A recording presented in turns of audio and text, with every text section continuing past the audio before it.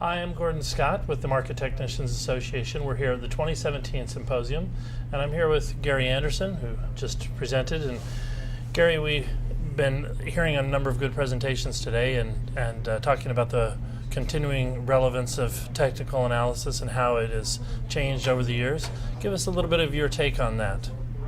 Well, I think I would refer to technical analysis as price analysis. I think technical analysis carries too much baggage. It suggests that we're looking at triangles and other kinds of weird formations on charts. But I think price analysis is of continuing interest, but the approach to price analysis is definitely changing. I think we're going from intuitive forms of analysis to algorithms which have captured the intuitions of the trader. So it is still intuitive, but is it an intuition which can be tested going back and going forward? And I think that's the demand being placed on price analysis these days. So that's the transition that I think is occurring.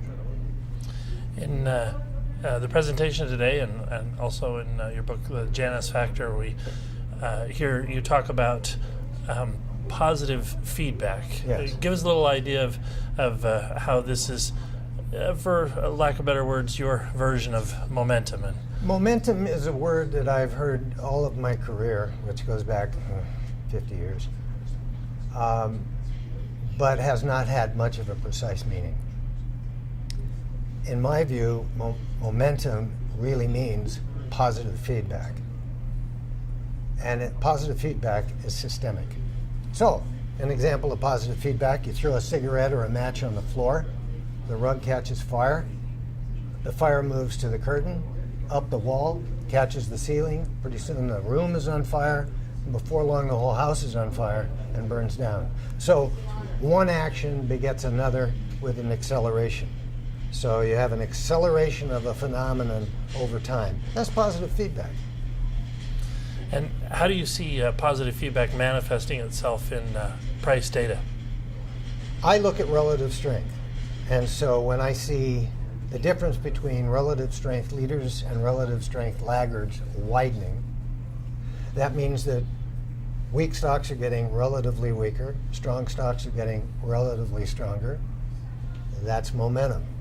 When the same event or the same phenomenon repeats itself and accelerates in that form, that's positive feedback, and positive feedback for me is the definition of momentum.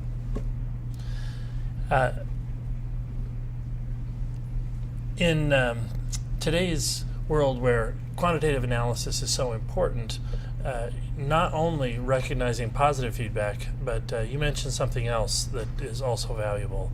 You want to talk about the lack of momentum? Well, there's positive feedback and there's negative feedback. Negative feedback is the fire starts and someone comes along and puts it out. That's negative feedback. So when a process is started and then abruptly ends because of another dynamic that comes into the picture, that's negative feedback. Examples of negative feedback are the thermostat in this room. So when it gets too cold, the heat comes on. When it gets too hot, it starts to cool, and it keeps the room at an even temperature. Now, negative feedback does not create trends, does not create momentum, it creates stasis. So you have periods in the market characterized by stasis or negative feedback, and you have other periods characterized by positive feedback. And the tradable periods are those, for the most part, characterized by positive feedback, and that's what we want to identify. Some have suggested that the more efficient the market becomes,